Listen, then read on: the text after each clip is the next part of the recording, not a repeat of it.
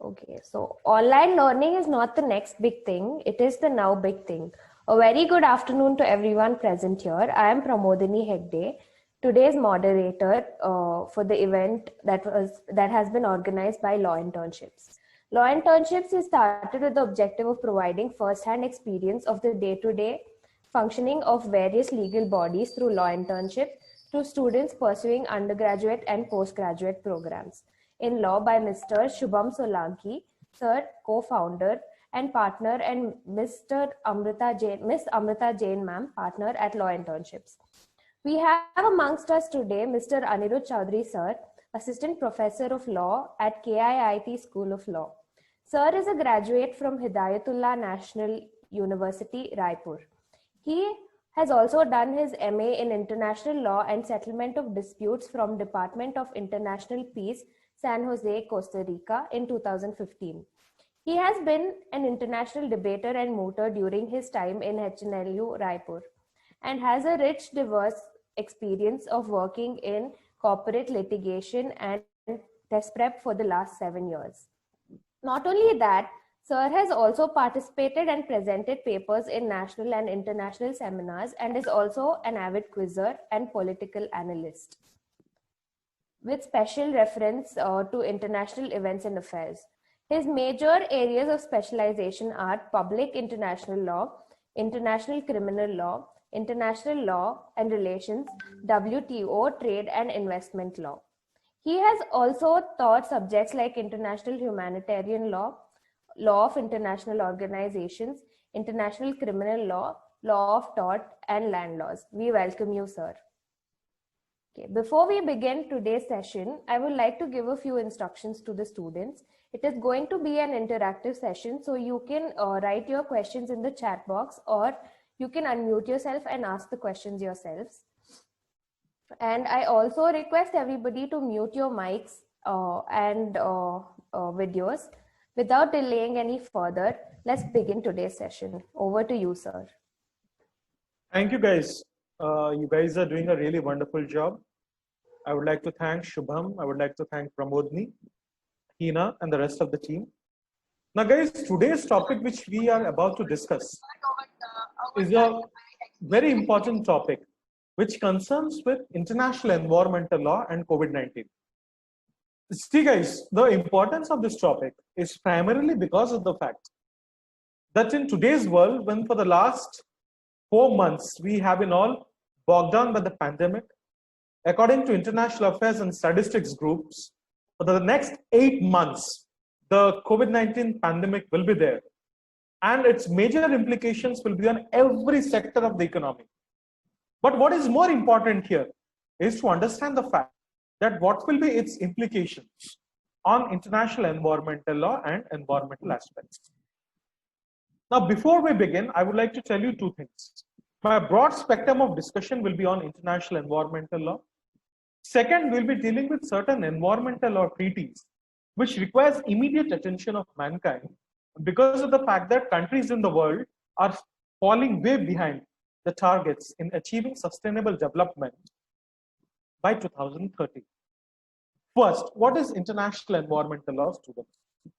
I'll be taking it like a normal lecture where I'll be discussing with you the basic concepts.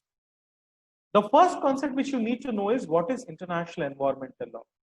Please remember, students, the fact that international environmental law is a branch of law which deals with environmental litigation, environment protection, and environmental cooperation between countries. There are around 193 UN member nations, and since 1972, let me repeat again, since 1972, a major focus of the United Nations has been environmental protection at all costs. You might ask me, sir, what happened in 1972, because of which the focus was on international environmental law. This focus stemmed from the fact that the Stockholm Declaration was signed in 1972. It was decided that every 10 years, the countries of the world would meet to commit to certain environmental protocols, which will make it sure that the world, which was sinking at a very rapid pace, environmental degradation and global warming was the grim reality, could be controlled. You might ask me, sir, how do you control it? Because prima facie of the fact that public international law is an uncodified area. Within that, we are speaking about international environmental law.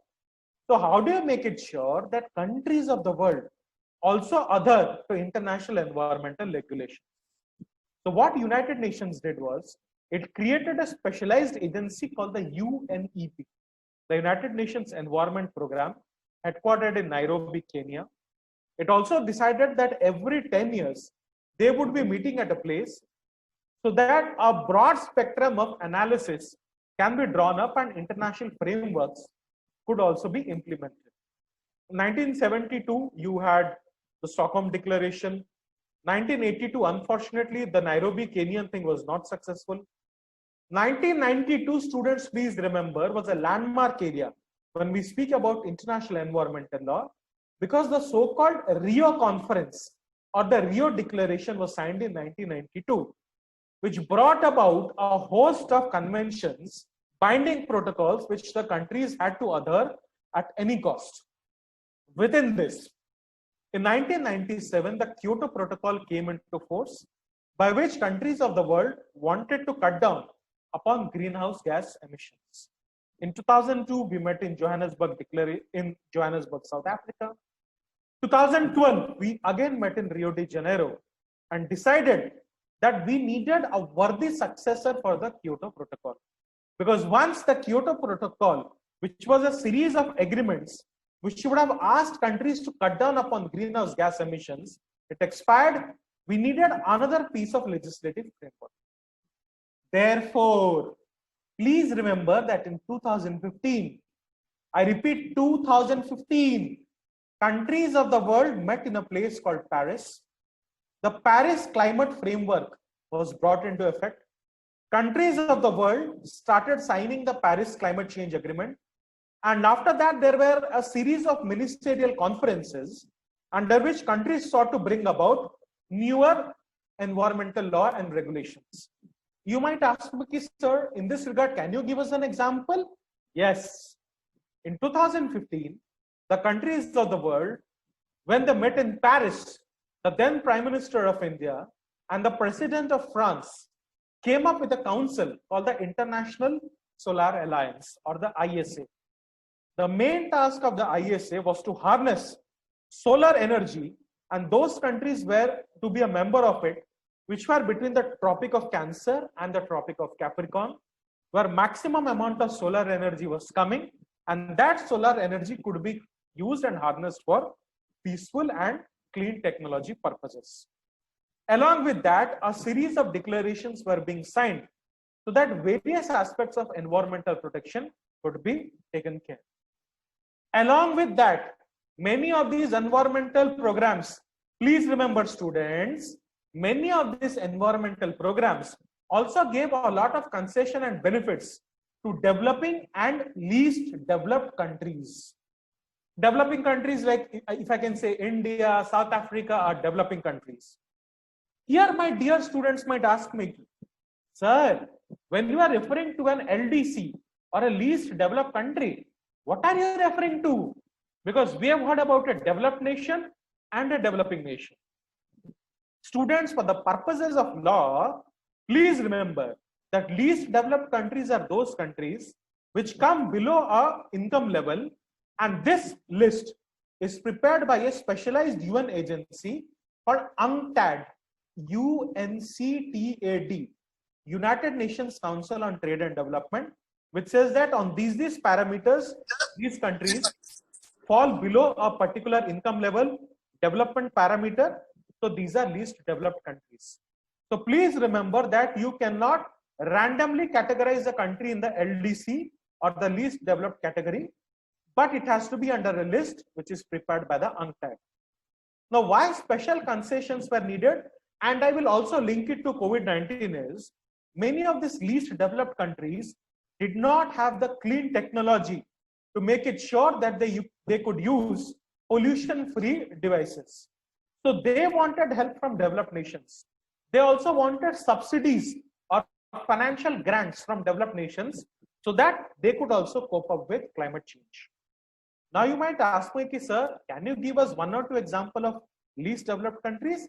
Yes. Most of these least developed countries are in sub-Saharan Africa. If I call about countries like Zambia, Niger, Chad, Somalia, these are all countries which are classified as LDCs and require a lot of help from developed nations so that they can build upon basic commitments vis-a-vis environmental protection. The biggest problem is in 2020, the Paris Climate Summit would have been again reconvened so that certain technical aspects should have been taken care of. But because of the COVID-19 pandemic, this meeting could not happen. Another prima facie problem which is arising now is because of two superpowers, namely USA and China. USA in 2017 wanted to withdraw from the Paris Climate Framework because of some internal issues and instructions issued by Mr. Donald Trump. The second problem was China as a country was not coming out clean with its environmental status and commitments under a host of treaties and obligations. Many of the countries which were a part of the Paris Climate Framework or other international treaties and organizations were already worried about the fact that by November 2020, USA would be leaving the Paris Climate Framework. The problem is, if United States of America left the Paris Climate Framework, then USA, which is one of the biggest polluters also, shall escape all its liability. The second biggest polluter was China. International agencies already had a fear that China was exaggerating numbers when it comes to building up their environmental protection programs and was not coming clean on a lot of things. In 2018, students, there was a classified report which came out from the Central Intelligence Agency, that is the Secret Service of America, stating that a lab in China called the Asian Institute of Virology in Wuhan, China, was trying to develop certain viruses, again whose background was unknown, and the numbers which they were showing vis-a-vis environmental pollution were much more exaggerated. The problem is to get the exact numbers from China is a logistical nightmare because freedom of press is next to impossible in China. So vis-a-vis environmental protection and a lot of other programs, China had dubious records, both of which came into force during COVID-19 pandemic. The problem is international environmental law is interrelated to a lot of areas. You might ask me, sir, please prove this. The first point, how you prove it, a country can only be accountable under international environmental law if in most of the cases it has signed and ratified a treaty. Along with that, what it has done is, it has also incorporated those international provisions within its domestic legislature. Then only there is a binding effect. I will give you an example of the Indian system. In India, the different environmental protection regimes we have, including the Environmental Protection Act and the ISO certifications, were all part of international conventions and treaties which India had signed. In fact, through the process of judicial activism, what has happened was, the Supreme Court in 1980s and 1990s had also laid down a principle that right to life under Article 21 also includes a right to clean and healthy environment. So therefore, indirectly, there was a lot of pressure on the Indian government that if you are signing and ratifying international covenants and treaties, they must be incorporated into a domestic legislature.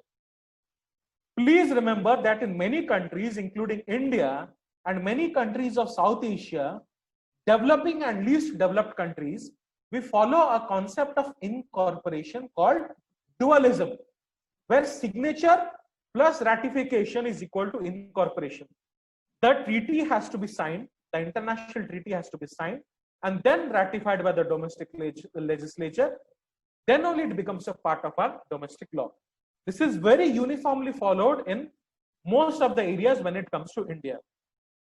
Here I will give you a classical example of such an Indian case, even though it is not a part of international environmental law. All of you would have heard of a case called Vishakha versus State of Rajasthan, which laid down the protection of women from sexual harassment in workplace. In 1996, when this judgment was sought to be implemented, the problem before the domestic legislature was there was no domestic laws which should have protect the protests of interest of women at workplace. So the Indian judiciary had to look at principles which were incorporated in international law, and we had already signed it. There was a specific provision called CEDAW, the Convention for Elimination of Discrimination Against Women, which was signed by India. So we looked into provisions from that treaty. Now here also, when we talk about environmental, guys, a lot of countries are bound by environmental regulations. If either they directly respect the provisions of international law, it automatically becomes a part of the domestic law. Then these countries are said to be following a principle called monoism, where mere signature is enough. But in many other countries like India, we follow the process of dualism or specific adoption theory. Signature plus ratification is equal to incorporation in our domestic legislature. Now in 2020, the issue being a lot of these environmental law regulations are sound, are being followed by countries like India and a host of other countries. But international environmental law here becomes a problem when we are talking about a set of binding commitments which have to be followed by the major polluting countries, including USA, China, European Union, and we exactly do not know the status during the COVID-19 pandemic. In the month of April 2020, the BBC had come out with a report stating that because of COVID-19 lockdowns, many European Union countries have been seeing that they have been coming back to pre-pollution levels which they were seeing around 20 or 30 years back.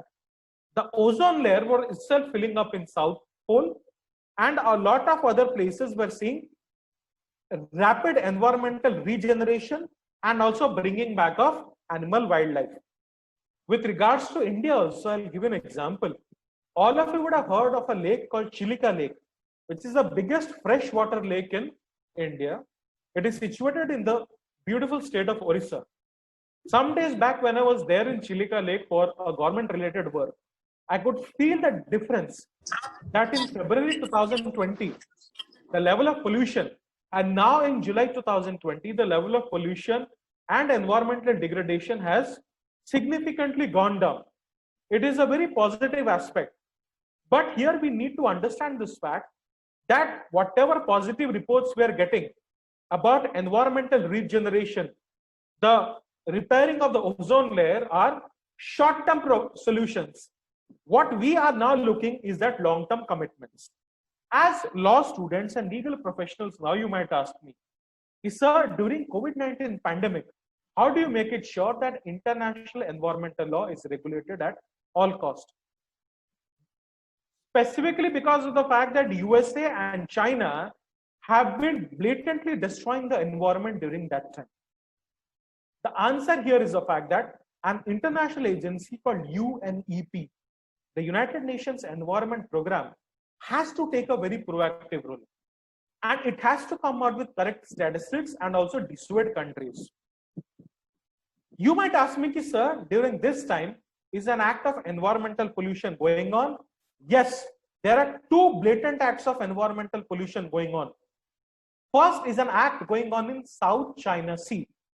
All of you are aware of the South China Sea dispute, in which China has laid claims to large parts of the South China Sea as its own territory based on a map which the Chinese claim is its own. This map was around 5,000 years old, called a 9-mile map, under which the entire South China Sea was their property. But other countries in South China Sea, including Philippines, Vietnam, Cambodia, Indonesia, Malaysia, Brunei, have been saying that under the present international law of the sea regimes and environmental law regimes, we have different classifications and China cannot lay claim over these areas. But China has been trying to artificially change the environmental paradigms of these areas by constructing artificial islands in these places, so that its exclusive economic zone can be increased, and then it can say, okay, fine, see, we have built artificial islands, and because of which our exclusive economic zone is much more higher, and therefore we lay claim to these territories. Students, here the problem is, there is a particular United Nations convention called the UNCLOS, the United Nations Convention on the Law of the Seas, which says that countries cannot alter the natural coastlines by building artificial islands and cannot take up construction of artificial islands in ecologically fragile areas. The problem, students, is South China Sea is an ecologically fragile area, and it has been proved that the act of construction of artificial islands by the Chinese government since 1988 in the Johnson Reef and the Scarborough Reef has permanently altered the ecological biodiversity of these areas. Apart from the fact that China has been directly intruding into the territorial sovereignty of a lot of countries. In 2016, an international tribunal called the Permanent Court of Arbitration ruled in favor of Philippines, saying that the act of construction of artificial islands by China was illegal, and it also highlighted another fact, another ratio decidendi, that this act might also have permanent ecological consequences on the South China Sea, which is already a fragile area. The problem is, since the beginning of the COVID-19, and we as Indians are highly doubtful of it and we should be concerned by it, China has been building and fortifying its positions in the South China Sea. And according to latest reports from United States and other international agencies, the environment in South China Sea is being permanently eroded. A lot of flora and fauna is being destroyed. Of course, it is also a problem to international peace and security, because in order to counter China, USA has sent 2 aircraft carriers into South China Sea. This period also coincided, you would have read in newspapers, my friends and students, that this period also coincided with the actions of the People's Liberation Army in the Galwan Valley and in other areas. So the actions of China vis-a-vis international environmental law is not clear.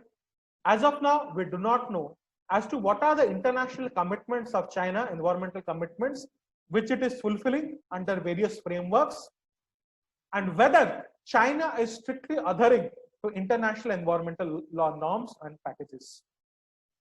Please remember, students, that there are 2 international environmental law norms which are a part of customary international law and which countries have to respect at any cost.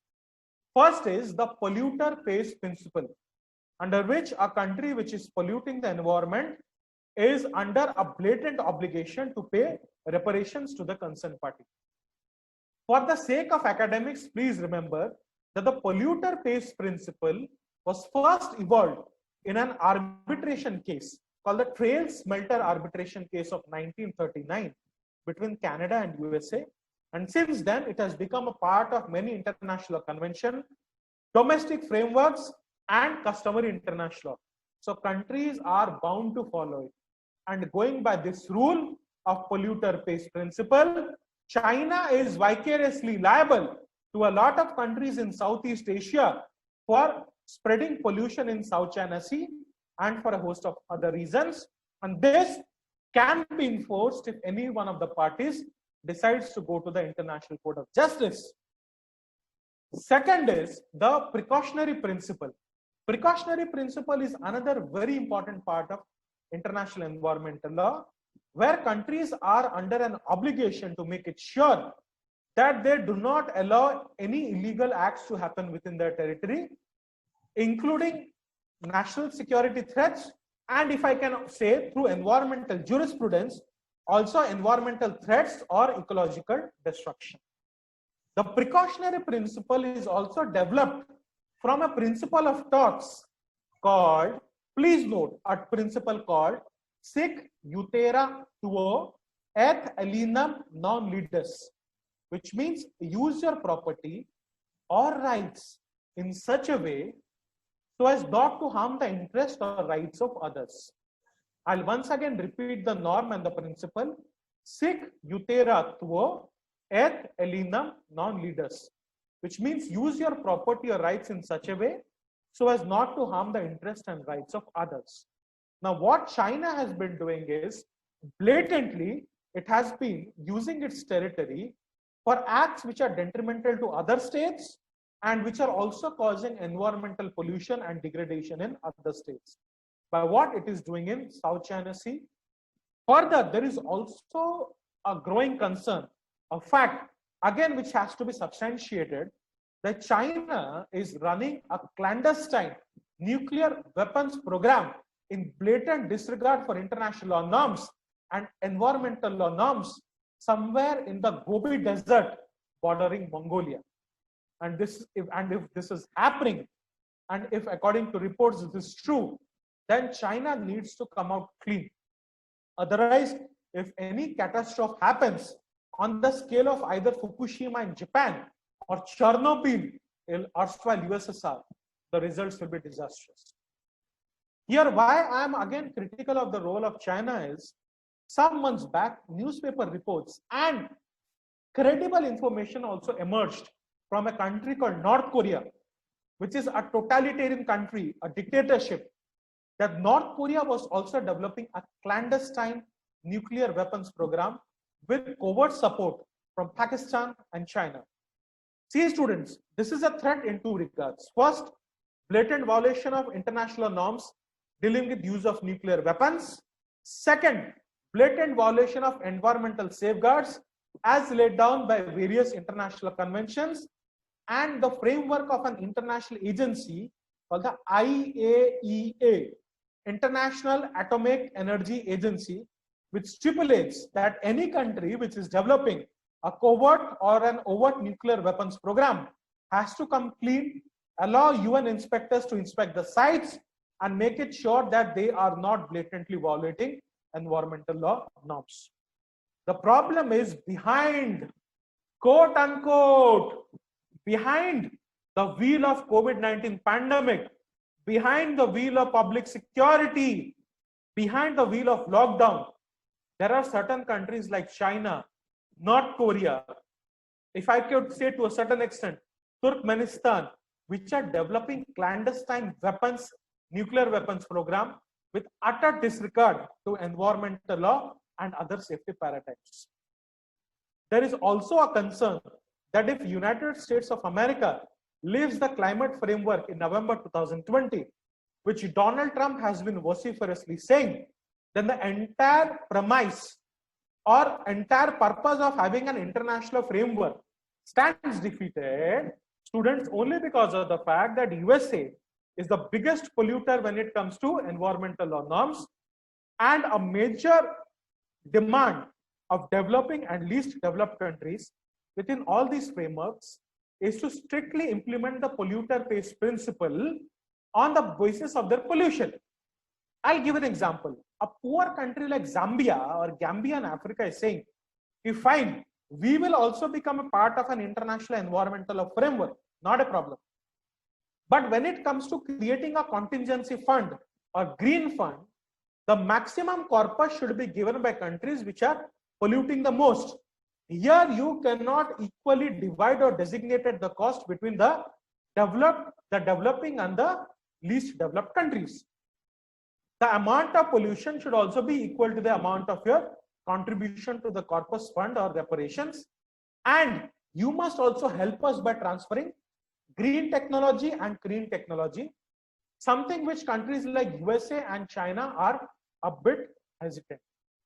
So here lies the fact that during these COVID-19 times, when it is very difficult for international agencies and environmental bodies to maybe come out with current data and statistics vis-a-vis the implementation of environmental law programs and sustainable development goals, certain countries, let me warn you students, certain countries like USA, North Korea, China, and Turkmenistan and to a certain degree, even Pakistan have been running covert programs for their own benefits, which will have lasting effects on both the dynamics of international relations and politics, and also on a long term, the dynamics of international environmental law.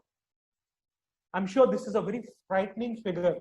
You might say that, sir, you are perhaps exaggerating. There is no such danger because the newspapers or the Western media or the Chinese media does not show such a reality. So how can you back it up? Please remember, students, that this was this same international media and the same Chinese media which had called the coronavirus pandemic a mere flu in the month of January 2020. The then presidents of USA, Donald Trump, and the president of Brazil, Jair Bolsonaro, had called it a mere fever which would subside, but see its environmental catastrophe. The problem is, till now, when it comes to environmental law protection regimes, many countries are still not adhering to it. And they are fudging figures like anything. A perfect example is a country like China, a country like United States of America. And still they do not realize the fact that the earth is sufficient for all our needs, but not for all our greeds. The real danger here, students, lies in the fact that this coronavirus lockdown may extend for next 7 to 8 months. You might ask me, sir, you are an eternal pessimistic. How dare you tell all this? Can you back it up by statistics and figures? Students, all of you would be realizing that we would be safe from the coronavirus pandemic only and when we have a sure shot antidote and the number of figures come down to zero. Till that time, we cannot say that this global pandemic has stopped. Until this time, certain countries which have their own ulterior motives will keep on blatantly violating norms of international law and international environmental law. And by the time we realize this fact, it will be too late. Students would be wondering, sir, you are telling us about a lot of problems. What are the solutions? The solution also lies within the international framework itself. The solution lies in the fact that interested countries can file a case before the International Court of Justice. The case will also be admissible on a lot of grounds. What can also be done is a fact which is known as a track to diplomacy. Under the track to diplomacy, what happens is the process has already started. 62 countries in the United Nations, including India, Australia, and Japan, have called for a neutral and thorough investigation into the COVID-19 crisis and its environmental repercussions. What we need to do is also there are various international conventions under which countries, if interested, can approach international agencies, courts, and forums for redressal of dispute of the South China Sea. Third, the United Nations Environment Program has to realize the fact that it cannot be a puppet program anywhere. The United Nations General Assembly and the United Nations Security Council, notwithstanding, has to realize the fact that if politics plays a very dominant and prerogative role over environmental protection, then the day is not far that in the next 50 years, we'll be seeing a global rise of just 2 degrees Celsius, which is enough to totally drown the earth. In this regard, please read the plight of those countries which are known as the island countries of South Pacific and Maldives. There are certain countries, students, in South Pacific, like Tonga, Tuvalu, Kiribati, Nauru, Micronesia, the Marshall Islands, and the Maldives. Because they are very low-lying lands, there's a very big chance that because of global warming and the rising sea levels, these islands would be submerged by 2100. In fact, there is a country called Kiribati, Nauru, in which many uninhabited islands have already disappeared under the surface of the earth. Please remember, students, that if environmental pollution keeps on becoming unabated, even a 1 meter rise in sea levels is sufficient to inundate islands. If international environmental norms are not strictly followed and countries follow a totally different policy, during this COVID-19 pandemic to surpass environmental obligations and to give prima facie to their ulterior motives, then there is no need for an institution like the United Nations. Then the entire framework of having the UNEP, the UN, or an international body stands defeated. Therefore, students, at the end, I would like to say that the time is ripe when all of us, be it an Indian or a Pakistani or anywhere, have to realize the fact that the key to human survival is environmental law and environmental protection. We have to give prima facie protection to the environment only because of the fact that if environment is not protected, then we might become a story of the past in the next 50 years. Thank you, students, and have a wonderful day. If there are any questions, I'm open to it. Does anybody have any questions? Please let us know in the chat box. Okay, sir, I have a question. You told that many countries like China, North Korea, they're testing their nuclear weapons. Yeah. So what are the consequences if they get caught doing it? What is the repercussions of it? On pen and paper, China, North Korea's nuclear weapons program does not exist. Okay, so in case they go into an investigation and they get caught, what are the consequences? Okay, ladies, there was actually a report in 2005. You can refer to that report also. The report is also been there in 2015 and 16. There is a place in North Korea called Yongbyon. The Yongbyon nuclear weapons program has been initiated by the North Korean regime. The problem is the international community has no idea that what are the nuclear weapons being developed there.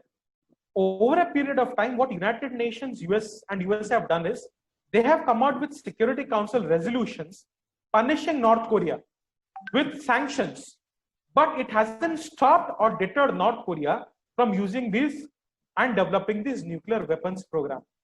Pramodini, right? Yes. Can I give you another example? Yes. See, the problem is Pakistan and North Korea together developed a covert program.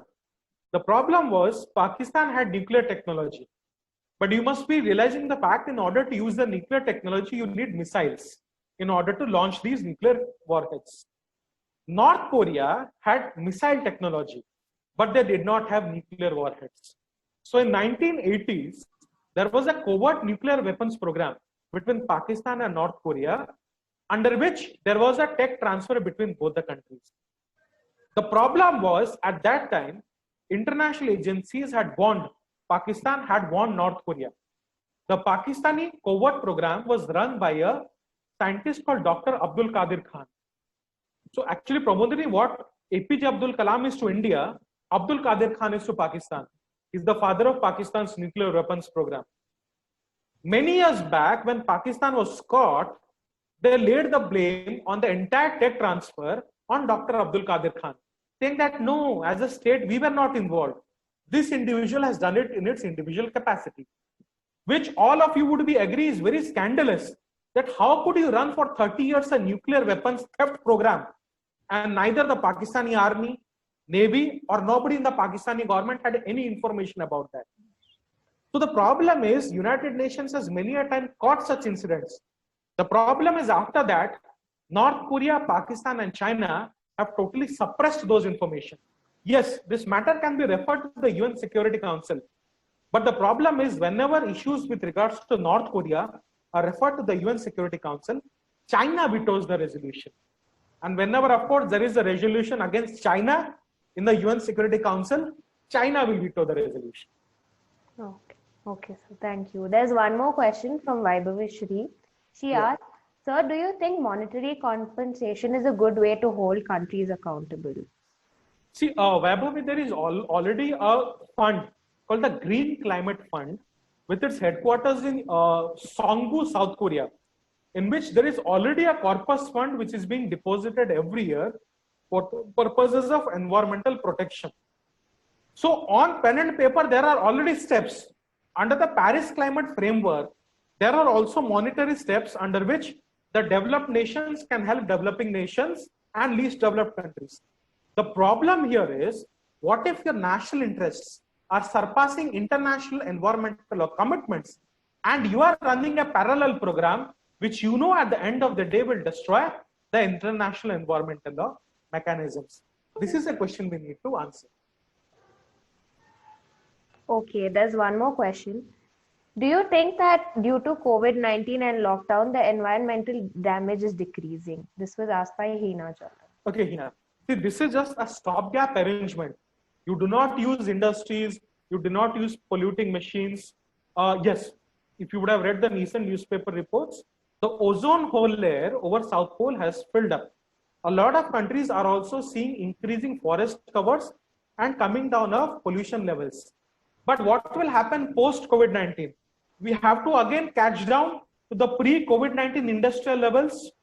Industrial development has to go on at a very faster speed. That time the problem will be, would we be ready to regulate international environmental law pollution? See, because we are already behind by another 5 to 6 years because of the lockdowns. Touch wood, inshallah, once the lockdown finishes, everything is normal. The countries would like to open up their economies in a full scale. Will they then be able to, in a position to respect sustainable development and environmental law programs, is the question. On a short term, environmental pollution is decreasing, but in the long term, again, this is anybody's guess. Okay. Thank you, sir. Are there any more questions? Does anybody want to ask any other question? Yes, sir, this is Anusha here. Yeah. Sir, don't you think the withdrawal of the US from the Paris Climate Agreement will also turn out to be disadvantageous, even in terms of the fund that, you know, a superpower country like US actually puts into this agreement? Like, wouldn't there, you know, a void be created then? Anusha, right? Yes, sir. Anusha, can you tell me what's a superpower, if I may ask you? One of the most powerful country. I mean, I know even though practical terms there is no such thing like a superpower, but at least it has been qualified for fighting. Okay, which means post 1991 in a unipolar world, USA is a so-called superpower. Very few of us know this fact that US also has the highest amount of debt which has to pay to other nations, along with United Kingdom. Second, Liddy, United States of America hasn't been paying its annual contribution to United Nations. It has also defaulted in its payment to a lot of international agencies. As of now, since Donald Trump came to power in 2015, USA's financial commitments under a host of programs, including its payment to international agencies, the IMF, the World Bank, the United Nations, has gone down drastically. In fact, some days back, you would have also realized the fact that USA was also threatening to totally cut down its contribution to the World Health Organization. The problem is it is countries like India, Sweden, Norway, Australia, Japan, which have been paying the maximum corpus fund and fulfilling their environmental law obligations when it comes to monetary fact. In fact, USA has a debt. USA is the highest creditor and USA is also the highest debtor in the world. The problem is in the last 5 to 6 months, its outstanding loans have grown to so much. The problem is, in order to escape from all these liabilities, Donald Trump wants to come out from these frameworks. So it is not a political obligation, but an environmental obligation and a financial obligation. Even if Donald Trump continues to be a part of Paris climate framework, I'm highly doubtful whether they will clear back their arrears or not. Okay, thank you, sir. Thank you, sir. Are there any other questions? Okay, sir. Do you have anything else to add, sir, to finish? I'm first of all very sorry to all of you that on a beautiful Sunday, and we would have liked to have some, as they say in Bengaluru, some good bisi bella bhat and chicken chettinad curry. You have to hear to all my nonsense for the last 42 minutes. But what I would request to all students is these webinars which are being organized are a wonderful platform where you can actually learn. The issue is now for the next 8 months, everything is online. If as students you want to grow up, learn, this is the best time. And please understand this fact, that a lot of you read things like Aaj Tak or are dependent upon newspaper reports. I would request all of you to actually watch news and read books which are substantiated. For example, I will give you two examples of news channels like Al Jazeera and the WION, which are one of the best documentaries on these. So what I would request you students is to perhaps read these facts, figures, and on empower yourself online. Attend online courses as much as possible. Attend webinars by these wonderful people. In fact, I and Shubham have been discussing the fact that you guys have been doing a wonderful job. We would be organizing a series of webinars which will be benefiting the students. So please forget about monetary concerns that it is costing you 99 rupees or 100 rupees. Please look at its worth. And I'm very sure that please do not look at the short-term benefits. Look at the long-term benefits and it will definitely benefit you guys. Sorry guys, no more boring. Chill, enjoy and watch Netflix. A lot of good movies are being uploaded. Huh? Thank you, sir. So I will go ahead with the vote of thanks. I, Pramodini Hegde, on behalf of Law Internship, extend a hearty gratitude to Mr. Anirudh Chowdhury, sir, who honored us with this enriching experience and took time of his day to be here today. I must also mention our deep sense of appreciation to all the students who are present today. Hope this session was a great learning experience for all of you. Thank you again, one and all.